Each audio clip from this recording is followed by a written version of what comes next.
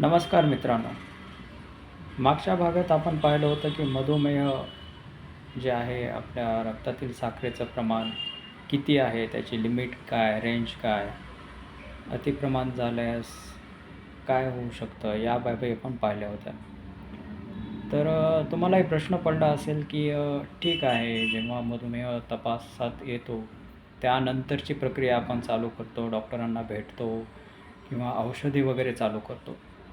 पण मधुमेह होण्याआधी शरीरात असं काहीतरी असेल ना, की रक्तातील साखर जे आहे याचं प्रमाण जे आहे नियंत्रित करत असेल. म्हणजे आपल्याला प्रश्न पडतो की देवाने एवढं चांगलं आपलं शरीर बनवलं आहे, तर आतमध्ये काहीतरी अशी गोष्ट असेलच की शुगर, साखर किंवा मधुमेह होण्याआधी ती गोष्ट आपल्या शरीराला जे आहे मधुमेहापासून नियंत्रित करत असेल. तर हो, उत्तर आहे हो, बरोबर. आपल्या शरीरातील पॅनक्रियाज जे असतात ते एक हार्मोन तयार करत असतात. त्या हार्मोनचं नाव आहे इन्सुलिन. तर इन्सुलिन जे आहे, आपण जे अन्न खातो त्यामधून ग्लुकोज काढून आपल्या जी ब्लड स्ट्रीम आहे, जे रक्तवाहिन्या आहेत त्या सेल्समध्ये हे इन्सुलिन जे आहे ते ग्लुकोज पाठवण्याचं काम करतं. ज्यामध्ये आपलं साखरेचं प्रमाण जे आहे रक्तातील ते नियंत्रित राहतं. त्याचबरोबर इन्सुलिनचं मुख्य काम हे पण आहे की आपलं जे लिव्हर असतं त्यातून जास्त ग्लुकोज प्रोड्यूस होऊ नये यासाठी पण इन्सुलिन जे आहे हे कार्यरत ठरतं.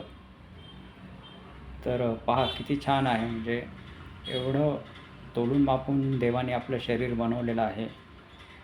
पण समजा जर लिव्हरकडून एक्सेसिव्ह ग्लुकोज तयार होत असेल, किंवा यामध्ये पण 2 प्रकार आहेत डायबिटीजचे, ते आपण पुढील भागात पाहू. टाईप 1 डायबिटीज आणि टाईप 2 डायबिटीज.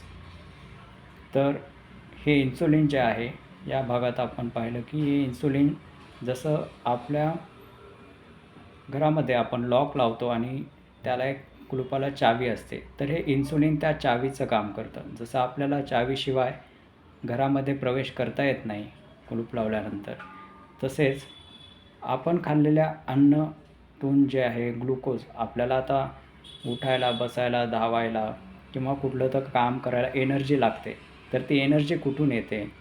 तर हे इन्सुलिन आपण खाल्लेल्या अन्न घटकातून ग्लुकोज जे आहे त्या ब्लड स्ट्रीममधल्या सेल्समध्ये पाठवण्याचं काम करतं. तर हे आहे आपल्या शरीरातील इन्सुलिनचं काम.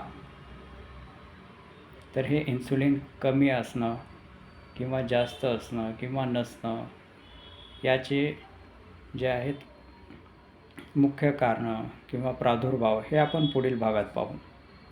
धन्यवाद.